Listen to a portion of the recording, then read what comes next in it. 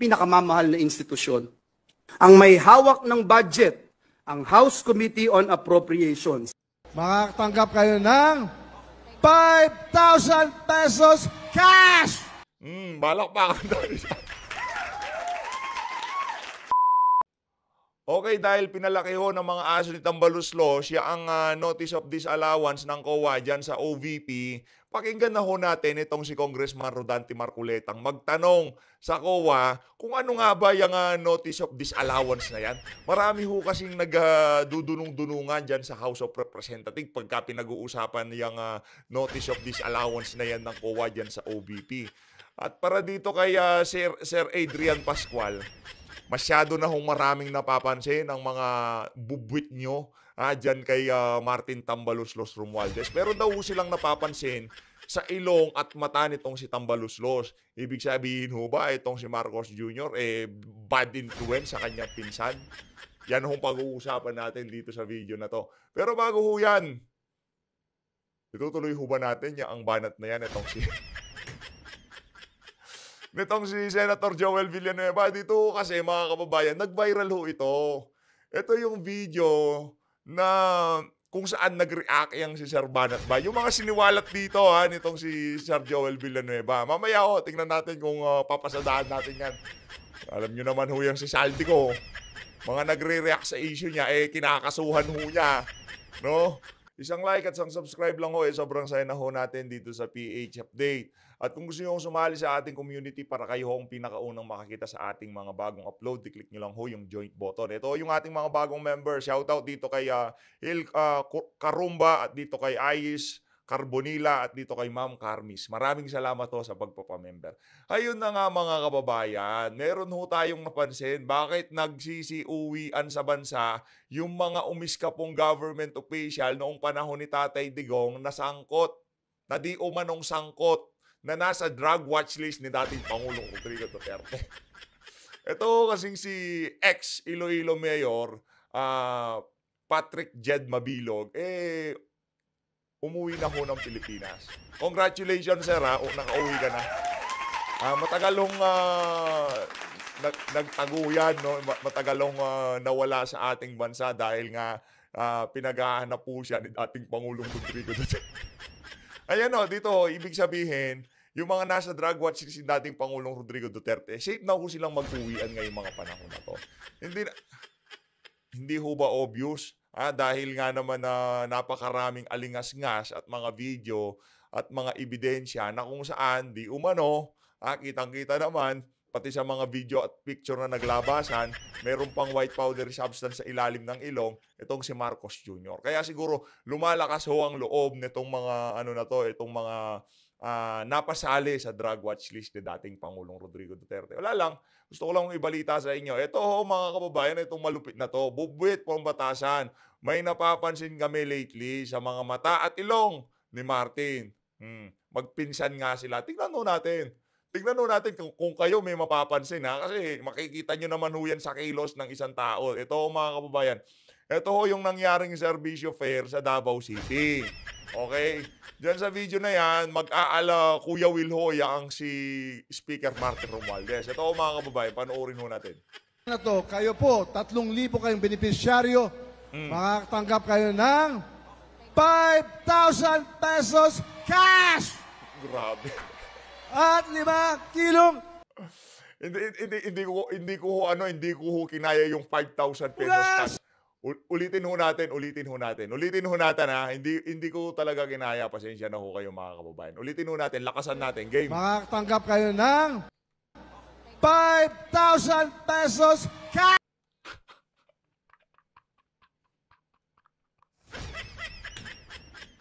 Speaker, wag naman hong ganon. Wag nyo naman nung masyado na ho yung pamimigay nyo ng ayuda na yan. Magbibigay lang kayo ng tag 10,000, parang binigay nyo ng tag isang house and lot yung mga beneficiaryo. Ang OA sir, sa totoo lang. Proud na proud dun sa 5,000 pesos cash. Akala mo naman galing sa kanya ang pera. Wag ganon sir. Mali ho yan ganyan. Yung dating sobrang angas nyo, kala nyo galing sa inyong pera. Hindi ho galing kay Tambalusos ang pera. Ha? Galing ho yan sa kaban ng taong bayan. Galing ho yan sa bawat Pilipino na taxpayer. Ha? Hindi ho galing sa kanya. At ang sinasabi ho natin dito mga kababayan, bantayan nyo ho. Bantayan nyo ho yung mga politiko na walang humpay na namimigay ng ayuda. Dahil yung mga politiko na yan, alam nyo na ho kung anong maiitim na plano ng mga yan. At 5 kilong bugas! 5,000 pesos kasi at 5 kilong bugas talagang.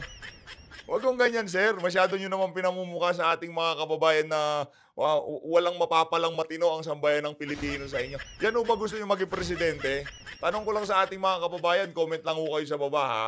Ito ulitin ho natin. Tanong ko lang ho sa inyo. Ito. Startup Investment Business Opportunity at Livelihood.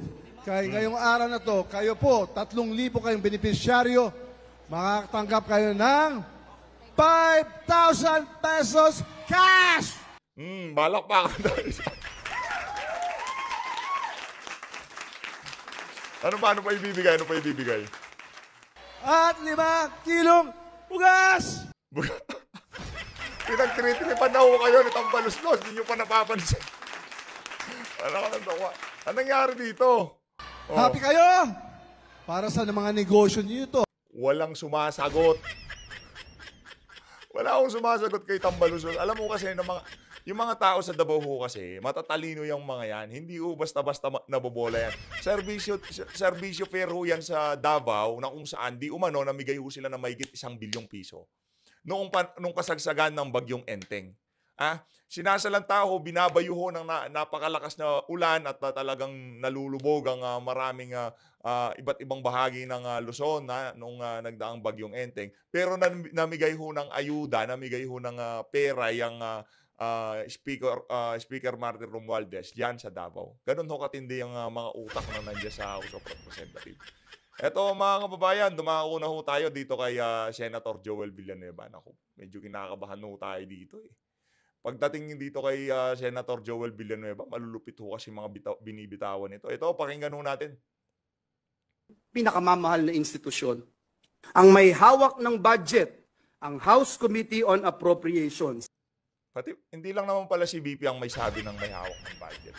Pati rin ho pala itong si Joel Villanueva, alam ho niya katotohanan. Ikaw sir, sa bagay, siya lang naman kasi nagsabi kaya walang masyadong naniwala. Ngayon, dalawa na ho ang may hawak ng budget. Itong si Saldico, okay, malinaw ho yun. Na walang iba kung hindi itong party list representative na Zaldico. Kailangan niyang magbabanggit ng mga personal attacks, kakalkalin po itong mga atraso niya sa bayan. Naku. Ito pong kumpanya niyang SunWest Corporation. Ay, teka lang, baka masama tayo sa demanda, mahirap na. Baka masama ho tayo sa cyber libel, mahirap na. No? Kasi diyan nadali itong si Sir Banat ba diyan sa mga expose nitong si Senator Joel Villanueva, pero itong si mismo si Senator Joel Villanueva hindi ko kinasuhan niyang si Saldico. Mahirap na. Panoorin niyo na lang ho, nandiyan ho yan sa YouTube. Balita ko nagte-trending ho ngayon yan eh, yung kung ano yung mga pinaggagawa nitong si Saldico, no. Ngayon mga kababayan, dito sa bahagi ng video natin na to, pakinggan na ho natin itong si Congressman Rodante Marcoleta. Siya na ho ang magtatanong sa COA kasi pagka nagtanong ho, yung mga aliporo si Tambaluslos, otomatiko, kargado ho yung tanong nila dito sa COA eh. Para mas maintindihan ng marami sa ating mga kababayan, pakinggan ho natin itong si Congressman Rodante Marcoleta. How do you characterize a notice of disallowance? A notice is disallowance is given for expenses disbursed. Naku po, pagkakuha ka madam, di mo kabisado yung definition ng disallowance. It is a notification to the head of agency and or accountant informing and requiring the persons liable to restitute the amount of the disallowance. That is a confidential expense, disapproved or disallowed in audit, either in whole or in part, as a result of illegal, irregular, or improper disbursement or expenditure of such fund. You call it IUEEU. Is that correct? Yes, yes, I, Madam Chair. irregular. U is Unnecessary. Madam unnecessary. Chair. E, Extravagant, Madam Chair. another E.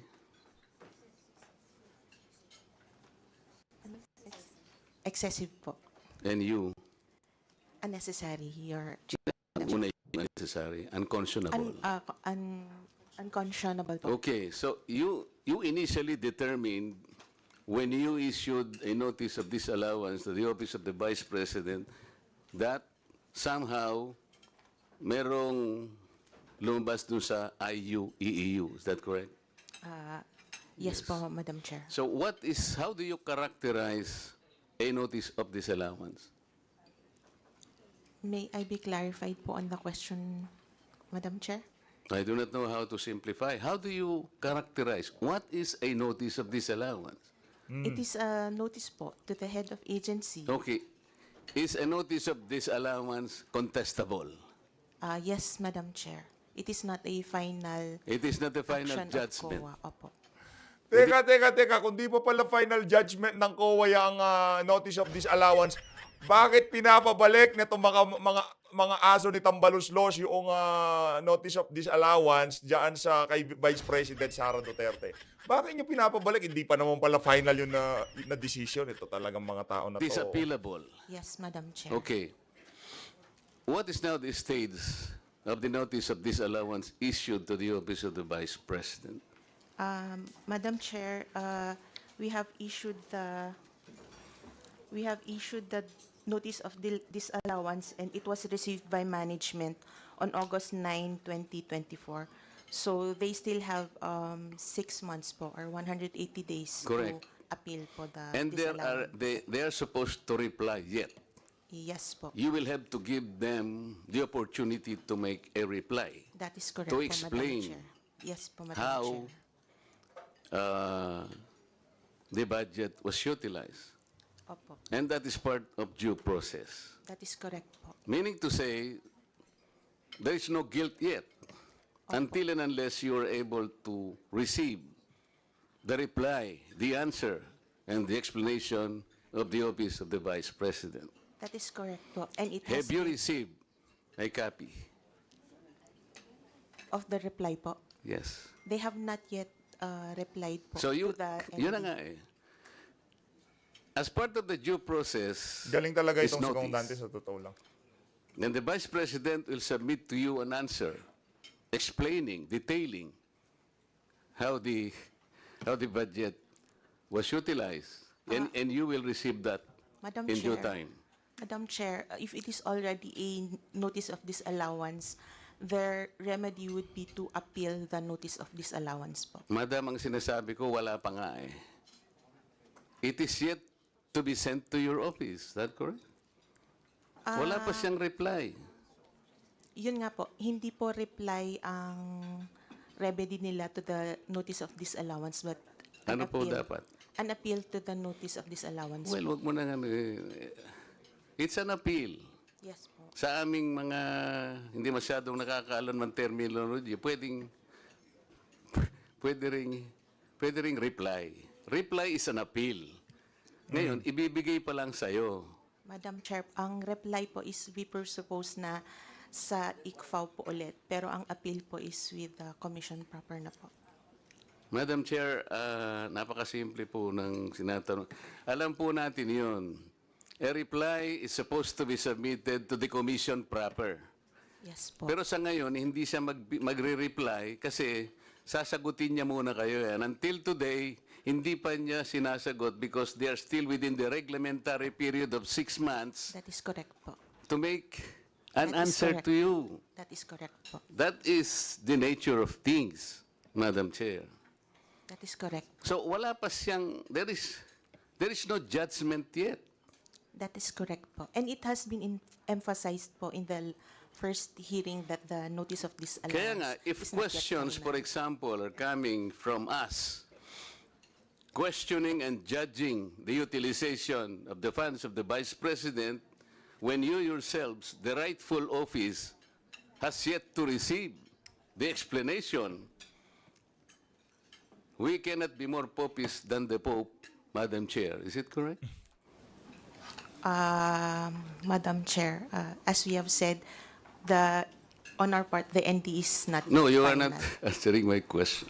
Sagot ka lang, Kung madam, kayo sagot nga ka lang. eh, Sagot lang. tatanggapin nyo pa lang eh. Oh. Magsasubmit pa lang eh.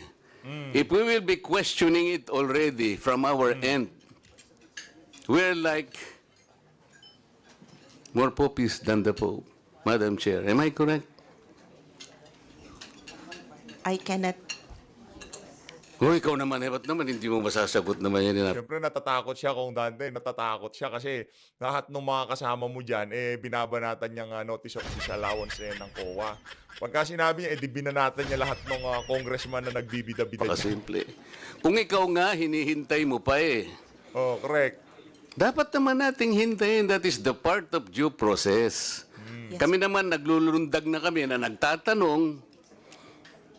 Kaya nga ang sabi ng Vice President, narinig ko, I am already communicating. I am about to communicate with the COA. I think she will do that because that is the process. Hindi naman pwedeng hindi niya sagutin. Kaya nga po ang sinasabi ko, kasi ang dami na pong nagsipagtanong. Lalo na po nung unang hearing, naglulundag po lahat eh. Lahat to mga kababayan, talaga sinakyan ho nila yung notice of disallowance na yan ng COA dyan kay Vice President Sara Duterte. Kaya itong mga banat talaga na itong si Congressman, doon lang tayo sa tama. Huwag tayo, inuunahan nyo COA eh. Hintayin muna natin yung sagot ni Vice President Sara Duterte sa COA bago tayo magbida-bida. Hindi pa nga sumagot yung binigyan ng notice kayo, bida-bida kagad, pinapasaoli nyo na, hindi nyo pa narinig magpaliwanag itong si Vice President Sara Duterte, pinapabalik nyo na kagad yung pera. So the nature of a notice of disallowance, Madam Chair, it is yet to be explained. Sa ngayon, hindi pa eh. Kung sakaling ma-explain, Madam Chair, at halimbawa, hindi nyo pinakinggan, the Vice President has the option to go to the COA proper for an appeal. That is correct. That is correct. And considering the appeal was dismissed, the Vice President can go to the Supreme Court. Is that correct? That is correct. So there po. is a whole gamut of process. That is correct. Will you po. confirm that? That is correct po, Your Honor. That is why, can you advise us, including me, whether we are supposed to ask questions, considering that you have not yet received her explanation to your office? Madam Chair, I am not. You cannot advise me? We are not in a position to know the power or the prerogatives of the No, House of I am Representatives. telling you already. I am telling you. Takot ho itong mga pagkakasi naging ano kayo dyan, resource person. No? Dapat lahat ng sagot nyo naaayon dun sa naratibong gustong takbuhin ng hearing ng ni Madam Chair. Kasi pagka in-advise mo itong si Congressman Rodante Marcoleta, dapat hintayin ho muna natin yung sagot ni Vice President Sara Duterte. Naku po, magwawala yung mga kasama nitong si Kimbo. Already, because we're supposed to ask questions on the budget of the Vice President. But they started asking questions on the 2023 budget, which was subjected to a notice of disallowance. I'm telling you, Buti na lang meron pa hong congressman diyan na hindi tinakasan ng bait. No, kasi merong matinong congressman. Meron naman talaga. Kaso ang problema, hindi lang ho kayang gawin yung ginagawa ni Kong Dante. Yung utak ng isang abogado, hindi ho nila kayang gawin yan. Mahirap ho yan. Yung paiikot-ikutin mo, tapos talagang pipigain mo, aayusin mo. Hindi. Si Ungab ho ba kaya yan? Hindi naman siya minamaliit natin itong si Ungab ba? Hindi natin siya minamaliit. Pero si Kong Dante ho kasi, talagang trabaho, niya yan, yun ho yung expertise niya, kumbaga. No, talagang pagka may tinatago ka at kung may interest na isinusulong yung tanong ng ibang mga congressman dyan, mabubulgar ho niya. Madam Chair, that the Vice President is yet to make an explanation to be submitted to your office, and you are waiting Correct. for that. Correct. Yes, Madam Chair. That's Correct. why when we were subpoenaed, we explicitly Oo nga. mentioned that So, these are not yet tama ba kung final. magtanong na ng magtanong ngayon habang ikaw ay hindi mo pa nare-receive kung ano yung sagot niya? Do you think I am correct in asking questions habang ikaw ay naghihintay pa lang ng isasagot niya sa iyong opisina? Naku po. Tama ba ang gagawin ko kung magtatatanong ako ngayon? Madam Chair, I can only speak for on the point of view of COA now. We have issued these, and the end it's still subject to appeal. Kindly wrap up. Maraming Ikaw, salamat, Madam Madam Chair. Right? Ay, na nga Salamat. mga kababayan. Natawa na lang ho itong si Kong Dante dito sa... wala ko ganun talaga. Pagka nagtatanong yung ibang mga congressman regarding doon sa disallowance notice kay VP Sara, sagot ho ng sagot itong COA. Hindi pa ho nila na-receive yung explanation ni Vice President Sara Duterte. Pero nung tinanong ni Kong Dante, ano ba? Tama ba ginagawa namin? Tanong kami ng tanong, hindi nyo pa nga natatanggap yung sagot ng sinendan nyo ng notice. Tama ba na magtanong kami? Hindi ho makasagot itong si Madam COA. Pero ang tama ho doon, hindi pa kayo pwedeng magtanong. Kasi tinatanong nyo, hindi pa natanggap ang sagot doon sa sinendan ng notice. Yun ho yun. Ayun na nga mga kababayan, dito na ho natatapusin ang ating reaction video. Medyo matindi ho yung susunod nating video dito mga kababayan. No? Dito ho sa video na to, part 3. Ayan na nga ba sinasabi natin. Part 3 ho, noong ni VP Sara, antabay lang ho kayo mga kababayan yung kanyang mga revelasyon ha, kaugnay dyan sa mga kabalbalan ng mga ibang congressman dyan sa House of Representatives. Pero meron pa rin hong matinong congressman. Nandyan pa rin ho yung mga matitino. Huwag ho kayong mag-alala, marami pa hong matitinong congressman. Naghihintay lang ho talaga sila sa tamang pagkakataon para lumabas. At yung si Congressman Rodante Marcoleta, marami hong natuwa doon sa ginawa niya. Yung iba kung questionable kung ano nga ba yung politika ni Kong Dante, wala ho tayong pakialam doon. As long as na ginagawa ni Kong Dante yung tama, okay na ho tayo doon. At alam naman ho natin tama kung ano sasabihin ng mama na yan, di naman ho papanig sa mali yan ng dahil sa pera. Tayo ho kinakabahan sa totoo lang ha. Kinakabahan ho tayo kung yung tayo na yan ni Congressman Marcoleta, yaan ang tayo ng isang napakalaking organisasyon. Ha? Napakalaki at makapangyarihan na organisasyon sa buong Pilipinas. At itong organisasyon na to, pagkapanahon na ho ng eleksyon, nagluluhura ng mga politiko dito sa organisasyon na to. So always mga kababayan, maraming salamat to sa pagsuporta sa PH Update. Mag-ingat ho kayong lahat. Mahal natin Pilipinas.